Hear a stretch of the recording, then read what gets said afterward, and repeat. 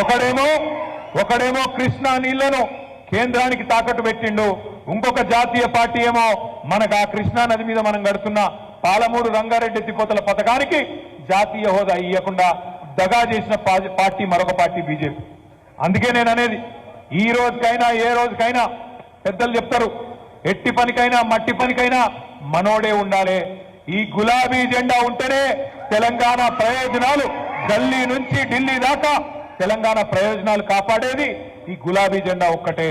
Parliament లో గలం విప్పాలంటే, parliament లో రేపటి రోజున అక్కడ ఉండే ప్రభుత్వాన్ని కానీ ఇక్కడ అసెంబ్లీలో ఉండే ప్రభుత్వాన్ని కానీ చెడుగుడు ఆడాలంటే, అడ్డుకోవాలంటే, తెలంగాణ కోసం కొట్లాడాలంటే మిగతా వాళ్ళకి ఆ సత్తా లేదు.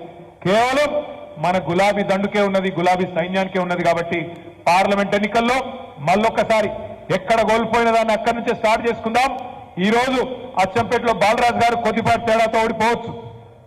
రేపు పార్లమెంట్ లో ఇదే అచ్చంపేటలో మంచి మెజారిటీతో తప్పకుండా మళ్ళీ తిరిగి మన పూర్వ వైభవం సాధించుకుందాం.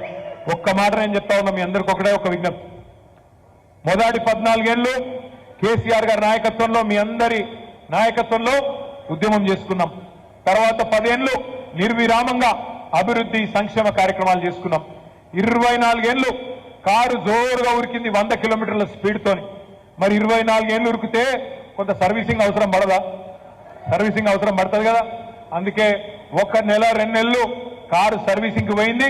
ఇప్పుడు పార్లమెంట్ ఎన్నికల్లో బయటికి దిద్దాం కారును, మళ్ళా గట్టిగా 100 కిలోమీటర్ల స్పీడ్ తోని బ్రహ్మాండంగా ఉరికిద్దాం. మీ అందరి ఆశీర్వాదం, మీ అందరి కష్టంతో పార్లమెంట్ నుంచే తిరిగి మళ్ళీ మన జైత్రయాత్ర ప్రారంభం కావాలి. నాగర్ కర్నూలు పార్లమెంటును గతంలో గెలిపించింది మీరే, మళ్ళీ గెలిపించేది కూడా మీరే అనే సంపూర్ణమైన విశ్వాసాన్ని మళ్ళొక్కసారి మీకు మీద వ్యక్తం చేస్తూ, అచ్చంపేటలో ఏ కష్టం వచ్చినా బాలరాజు ఉన్నాడు, బాలరాజు కండగా మేమందరం కూడా ఉన్నాం. ఎప్పుడు మీకు ఏ ఇబ్బంది వచ్చినా కూతవేటు దూరంలో 2-2.5 గంటల దూరంలోనే ఉన్నాం. ఎప్పుడు పిలిచినా 38-39 మందిని బ్రహ్మాండంగా కలిసి వస్తామని చెప్పి కూడా మీకు మళ్ళొక్కసారి విజ్ఞప్తి చేస్తూ, జై తెలంగాణ.